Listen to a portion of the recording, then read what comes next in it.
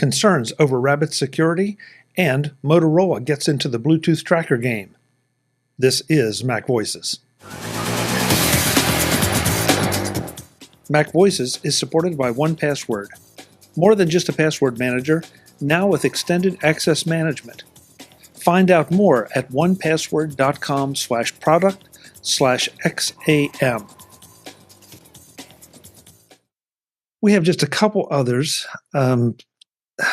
Again, this one has nothing to do with Apple, but anybody remember the Rabbit? The pin that was supposed to, one of the pins that was supposed to be like a Star Trek communicator thing. Didn't it die? Never mind. Well, it did, but thank you, Jeff. It was hacked. This is why I love you, Webb. Yeah, thank you, Webb. I'm here all week. Bixby and Gamet are going to be the new Martin and Lewis, I swear. Yeah. Yeah, we're going to make lots. I'm going to mute out. Who's on first?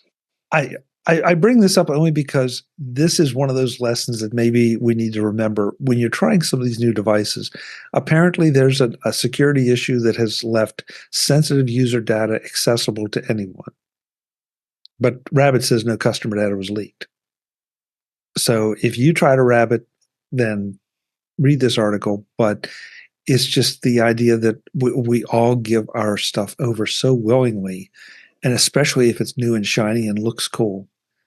And I think this is honestly the first article I remember seeing about security surrounding the Rabbit at all. It just means you haven't been watching close enough. Maybe not, Jeff. Maybe not. You've got to read the review. I mean, within that article, there's a link to actually a review of the Rabbit, which is even funnier. Because for $199, the pros are cute design by teenage engineering. The cons are terrible battery life, AI functionality often doesn't work, services like Uber doesn't work, tiny screen, scroll wheel is annoying to use, and a useless speaker. Everything you want to pay $199 for. Yep. And people figured out right away that it's not even like some special operating system coded thing for the device. It's an Android app. And people pulled the Android app off of the R1 and put it on Android phones and ran it to see what would happen. And it just worked. I mean, there were a couple things that didn't because I relied on other pieces of code that had been written just for the R1. But it didn't matter because no one was using those services anyhow. Hence the reason Uber didn't work. Yeah. This is a product that before it was ever launched, when it was announced, I looked at it and I thought, it's not coming to market because the company is going to be bought before that, because that's the purpose of this entire thing. Or if it comes to market, it will be bought after that unless the product completely tanks. But that they made this company for the sole purpose of being purchased.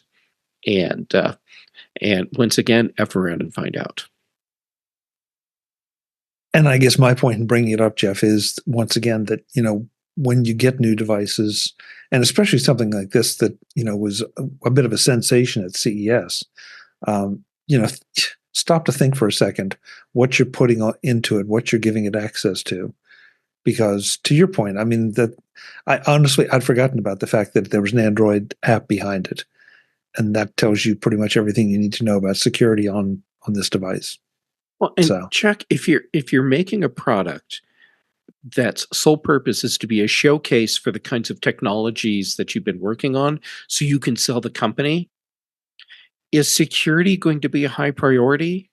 I don't think so. I think the high priority is make the product and show off the technologies that you have created so someone else can buy it and actually do something with it. And Jeff, I'm not dismissing your argument about the company wanting to offload itself. Not at all. I'm looking at it more from the user who picks it up and says, "Ooh, this sounds cool. I want to be a first adopter. I want to be out on the bleeding edge. So I'm going to try it. And, just stop for just a second. If you want to just look before you leap. If you want to still leap, go ahead. But just, contemplate exactly what you're doing. Oh, jeez. The silver lining in all this is, I think, that because this product is so poor, has been received so poorly, is getting so much bad press, that ultimately there's really not going to be any company that's truly interested in buying what Rabbit has made. They don't care about the software. They don't care about the hardware. The hardware was never part of what this company wanted to sell. It was just, here's how we showcase what we've been developing. And now who is possibly going to want to buy this? I mean, maybe when it hits fire sale level, when the company sells for $250,000 or something, but I just don't see it happening. I don't disagree. Today's Mac Voices is supported by 1Password, more than just a password manager. I'm excited to have 1Password as a sponsor this week. 1Password is one of the first 3 apps I install when I get a new Mac or iPhone or iPad, and is obviously my password manager of choice. But there's so much more to 1Password, and they are adding new features all the time. For example, their new extended access management for IT teams helps secure every sign-in for every app on every device. Some employees go through the prescribed steps for signing in, but then there's that other group that go from point A to point C when they really should have gone through point B, and maybe should never have gone to point C in the first place. 1Password Extended Access Management solves the problems traditional IAM and MDM can't touch. It's security for the way we work today, and it's available now to companies with Okta, and coming later this year to Google Workspace and Microsoft Entra. Check it out at onepassword.com/product/XAM. That's onepassword.com/product/XAM.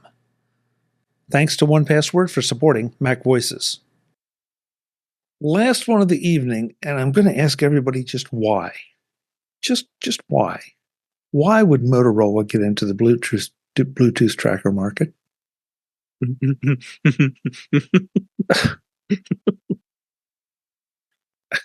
Anybody have any idea? Motorola. They're having trouble selling pagers. Okay, Guy. You've explained it. Good for you. Well, they are owned by Google overall, I don't care. It's just, I mean, Google wants to capitalize on the brand. I don't know. Who knows? But isn't that pretty much all that's left of them these days? Is the brand? Yeah. I can't. I guess, Guy, but you've got Tile, you've got AirTags by Apple. Aren't you kind of fighting a little bit of an uphill battle? Yeah, there's depends on. I mean, what is it using to be able to be tracked? I haven't read this story. It's Google's platform. Google's Find My Device. Android. All right. Then I don't really see the point then, because it's already covered by other companies. The point is to do what Apple's doing. You create your own garden where you keep everyone buying within your products, within your properties that you own. So you want to keep people exclusively in the Alphabet family. Well, make a tracker that works just with Google's Find My product. Ben says in the chat room that Motorola is a division of Lenovo. Oh, well, then that totally blows my my hypothesis. Yeah, I don't know if that's correct, but I'm assuming, Ben, you have a reason for saying that or believing it. So So Brian says if it's another competitor in the marketplace, fine with me. Maybe it will help to continue to innovate in that space, which will ultimately help the consumer. Fair point. Ben is correct. It was bought from Google in 2014. All right, disregard everything I said about keeping them in the Alphabet family. Jeff, you're 10 years behind the time. But that even makes it a bigger question. If Lenovo, a Chinese company. Well, yeah, okay, yeah. That's maybe so. So just be aware, folks. If you're going to go and get a Moto tracker, it's Chinese. Don't bother. It's not unique. Get an AirTag. Oh, Eric, what is this? Just because of the foldable razor? What? There was the second article below that. Oh. So they're just trying to have a family of products. So there's the foldable razor, maybe that appeals to a bunch of people, and then you throw a tracker in your luggage, and you put on your headphones, and you've got Motorola logos on all of them, so they match. Yeah. Okay. That makes as much sense as anything else we've heard. They have very popular T-shirts too. Yeah. True. Well, and there's definitely a group of people out there, I don't understand them, that for whatever reason don't want to buy Apple products. Yeah. So if you can try and get something that maybe looks cool, that behaves in a similar way, it gives an alternative. It's kind of like a Batman symbol. Yeah.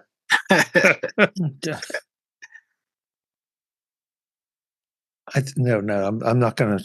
I was about to say something I really shouldn't, guys. So I'm not going to. No, go ahead, Chuck. Go ahead. No, I'm not going to. No.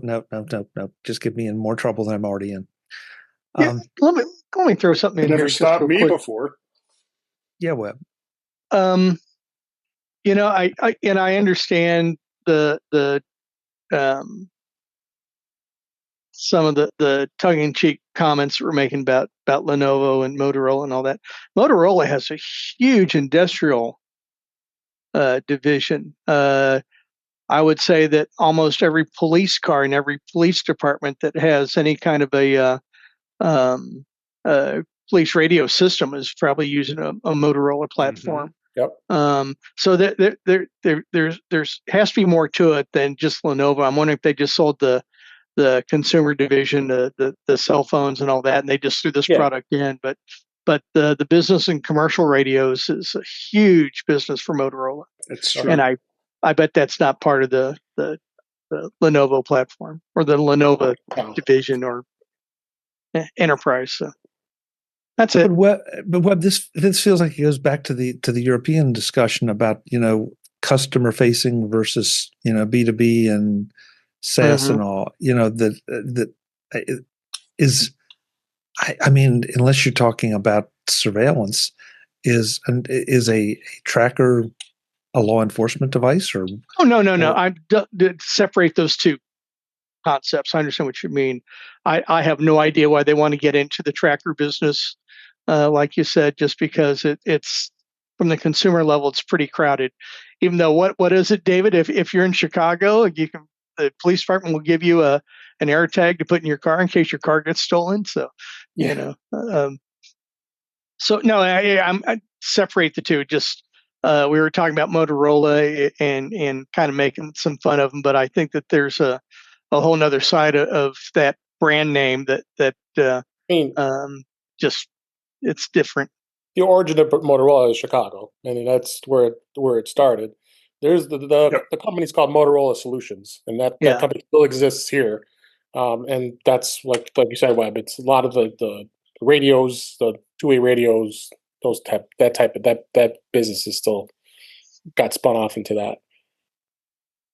And to be fair, the Razor has, it's had its day in popularity. And even this article, which it happened to be on the same page, it was not intended as part of the discussion, but, praises the look and the appeal of these foldable foldable Razor phones, sorry. And so, maybe there's more of a market there than we realize. They just don't seem to come across as a significant player at the moment. I don't know. It was one of those that struck me. It's like, why?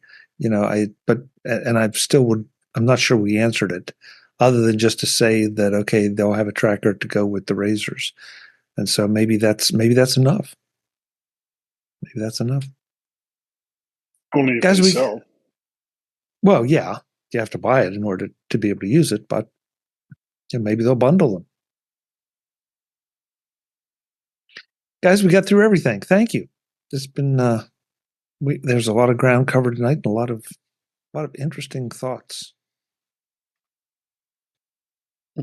That's all I'll say. So everybody just stays quiet. Just stop. I was trying to figure out interesting thoughts. I mean, were we in trouble? Because wow, that was a lot of interesting thoughts.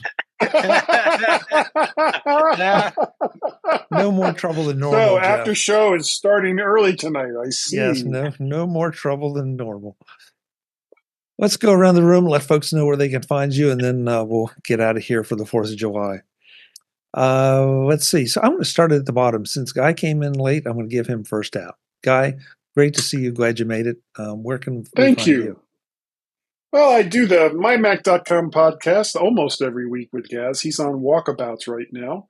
I've started something kind of new called the Daily Apple Dispatch that started on Saturday. I'm still trying to work out how exactly it's all going to work, but you can find that live casted over there on YouTube sometime between 6 and 8 o'clock at night, Monday through Friday. But the guy at mymac.com is the email. I'm Vert Shark and Mac Parrot and lots of other places. Great. Good to have you, Guy. Thanks. Thank you. Nice to be had. Jeff Gamet, where can folks find you? First, you can find me sitting here laughing at Guy. Well played, sir. Well played. So easy. Okay. So before I get into the places I can be found, I just want to say I'm super excited that everyone that's here on this panel, I get to hang out with all of you in person in just over a week now. Holy working shirt balls. I am so excited to see every single one of you. Yeah. Okay. So, social media, Jay Gamet, everywhere. Right now I'm active on Mastodon and Instagram and a little bit on Threads. Then for shows, here, Tuesdays, Chuck, thank you for letting me join in on MacVoices Live. Then on Thursdays, Dave, thank you for letting me join in on In Touch with iOS. Then on the British Tech Network, for some reason, they are still letting me be the interim host for the Big Show on Thursdays and the Mac Show on Fridays. Yeah, whatever. I can't figure it out, but okay. And then Brian Chaffin and I do The Context Machine, and Patrice Brendamore and I are now doing Retro Rewatch. So there are plenty of places to find me. Great. Thanks so much, Jeff. Eric Bolden, you and your cherries. Thank you so much for I feel like there's a slot machine joke somewhere, but I just can't make it. Where can folks connect with you? I can be found on Mastodon at EA Bolden at techhub.social. Tuesdays here, of course. And Mondays with Marty on the Vision Profiles podcast. Great. Thanks so much, Eric. Marty Jencius, thank you for being here as well. Where can folks connect with you, even though Eric already told us part of it? Well, since we've been so kind to Twitter tonight, I'm going to say you can still find me, even though I was one of the exiles from Twitter. You can still find me on Twitter, Jencius, Jencius, and also Mastodon, Jencius at mastodon.social.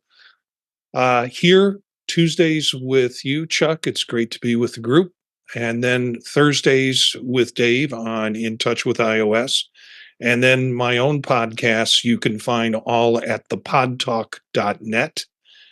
Primarily doing the podcast with Eric right now, Vision Profiles, but also Tech Savvy Professor and Circular Firing Squad. Great. Thank you, Marty. Appreciate it. Mr. Webb Bixby, thank you so much for being here. As always, where can folks find you? I think since we're talking about it, I'm going to go with Threads tonight. You can find me on Threads, as usual, Webb Bixby, WEBBIXBY. Great. Thank you so much. Last but absolutely not least, he was a little quiet tonight, but that's okay. Mr. David Ginsburg. David, I'm so glad you made it. Where can folks find you? Yeah, those topics I didn't have much input, but I'm glad I could give what I could here. You can find me at In Touch with iOS at intouchwithios.com. You can find me on the YouTube channel, youtube.com/intouchwithios. I'm here on Tuesdays, the Mac Show and the British Tech Network on Fridays, and Mastodon is at DaveG65 at mastodon.club. Thanks. We will be back, though, with MacVoices Live next Tuesday night and every Tuesday night, 8 p.m. Eastern, 5 p.m. Pacific at youtube.com/MacVoicesTV. We hope you'll join us. An extra special thanks always to the chat room. It's been really great commentary tonight. I could not keep up with all of it, and some of the points got lost. But if you were here live, you got to see them, so that's why you come. Until the next time, and as always, thanks for watching. Visit MacVoices.com for show notes and to connect with Chuck on social media. Get involved in our Facebook group or like our Facebook page, and get more out of your Apple tech with MacVoices Magazine, free on Flipboard and on the web. And if you find value in it all, consider supporting us through either our Patreon campaign at patreon.com/MacVoices or by making a one-time donation via the PayPal link on our front page and in the show notes of each episode. You will join these fine people who help bring you Mac Voices.